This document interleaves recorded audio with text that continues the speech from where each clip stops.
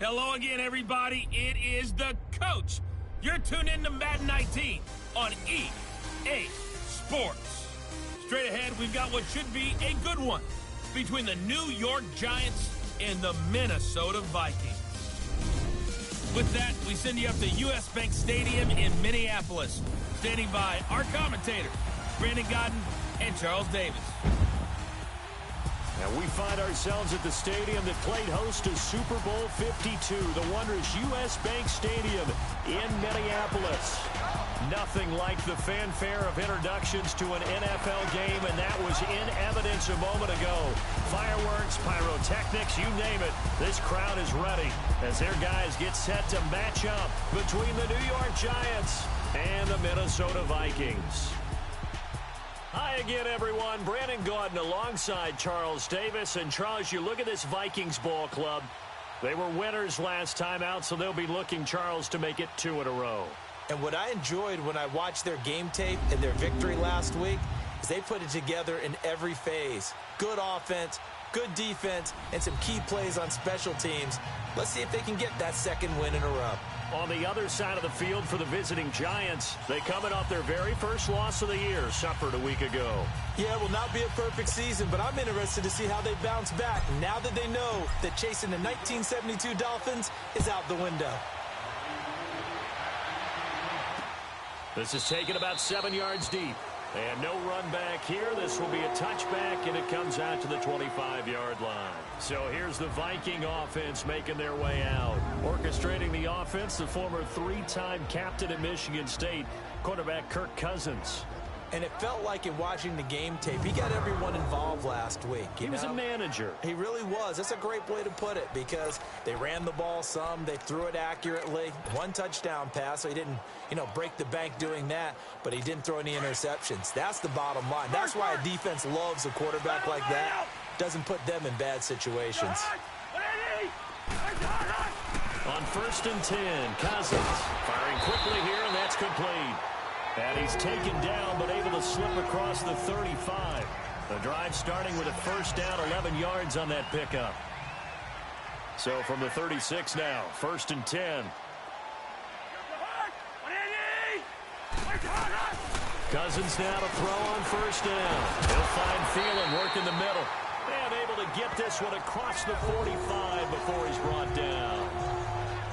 The numbers for Thielen in that game last week: 8 catches, 77 yards. You think the head coach and the offensive coordinator are able to pull the earplugs out now? Because all week, all they heard was, Coach, they can't guard the pass at all. I mean, they're next to last in the league. Let's throw it on every down. Yeah, last week we saw the numbers. This week going against second to last in the pass. Touchdown, Vikings! Martavis Bryant, his 2nd touchdown on the season. And the Vikings have taken a first-quarter lead. Well, that's how they envisioned to get the football to start the game and score. And I don't know if that was scripted. Was it an audible? Or was it just a play call that they had in their pocket? No matter what, they had the right call on against the right defense, and they end up in the end zone. So a 75-yard scoring drive on just 3 plays. And it's polished off by a Viking score. This is fielded a couple yards deep. And the decision to bring it out will cost him about 5 yards as he'll get this only back to the 20.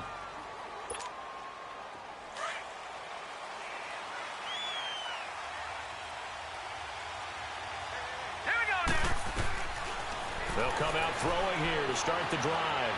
Well, he's going to take a shot right away. And they didn't wait long to take a shot there, that's for sure. But it falls incomplete, and it's 2nd down. He was hoping to get that one to Tevin Coleman in space. And that'll bring up 2nd down. Defensively here, you're facing a top-5 team in terms of points scored in the NFL. So when they're that high power, you've got to find a way to hold them under 20. Because to me, that's the magic number. 20-point score gives yourself your best chance to win. So if they're up around 24, 28, 30, they could be in some trouble. And I think so, because then you turn it into a shootout, and that means your offense has to keep pace. It's a big-time play there for the G-Men. 51 yards. That was a nice pickup, some chunk yardage there. Some of those big yards downfield with a little bit of rack thrown in there, a little run after catch. And it came on a crossing route. I could just hear one of my friends who won 4 Super Bowls as a quarterback always said the same thing. What route does the defense hate? Crossing route. Hate it, hate it, hate it, because it's hard to change direction when they get going full speed in the other way. So much goes into a successful play, doesn't it? How about that play action there, freezing the defense just enough to swing the tight end free downfield for the completion. And that one got tipped, kind of threw everything off. It brings up third. Defensively, let's go ahead and meet the starting 11 for Minnesota. They've been pretty solid against the pass, toward the middle of the pack, number 14 in the NFL. Yeah, this has been a good defense, but they're going to have to really prove it in this one because, guess what? They're facing the #1 passing offense in the NFL. It's definitely a prove-it day for them. After the incompletion, here now, 3rd and 2. They'll look to throw here. Trying for Brown, and it's intercepted. Picked off at the 15. And a big turnover there as his guys will get the football back.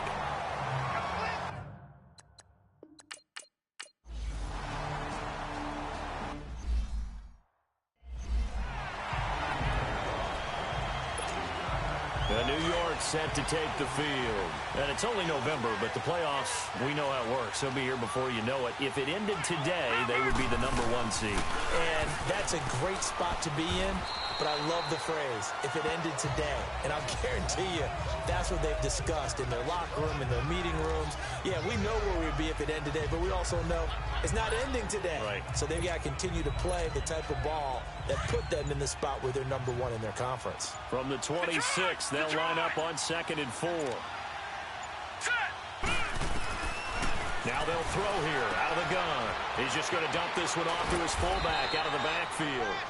And they'll take him down at the 31-yard line. They get 5 out of that one, and it moves the chains. Line of scrimmage, the 31 now on 1st and 10.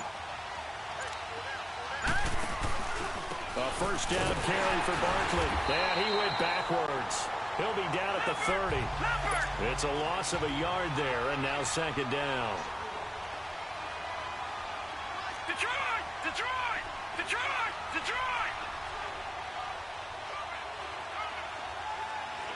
No. Check. Patriot! Patriot! I got him. Detroit! Detroit! He'll look to throw. Nowhere to go here. He lost the football. But I believe the Giants got this back, and they will hold on to the possession. On plays like this, when the ball comes free, it's often unusual for the team that lost it to get it back. Because this is a quarterback. The ball gets away from him. Everyone else is trying to execute what they're supposed to do on offense. They're usually looking in the other direction, downfield. And he's going to be brought down. Back at his own 6-yard line. Everson Griffin in there to get him for...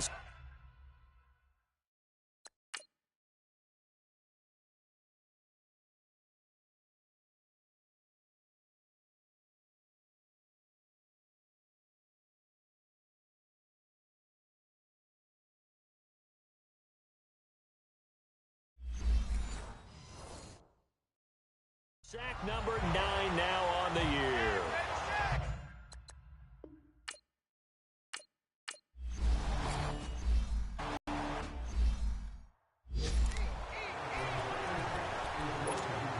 Here's the Giant offense now making their way back out onto the field. And it's been a rocky start for them thus far. They had the turnover and then the punt on those first 2 drives. So there is optimism because they've improved, right? Turnover, you just noted it. Punt's better than the turnover. The punt is better on the second one. Now they're hoping to turn it into first downs and hopefully points. A gain of 6 there on first. Out of the gun, they'll look to throw. Steps away to his left. Looking for Shepard. And I think that one might have been intercepted, but he will be ruled out of bounds. So this will go only as... And it's 3rd and 4. Set! 3-19! 3-19! Looking to throw. He swallowed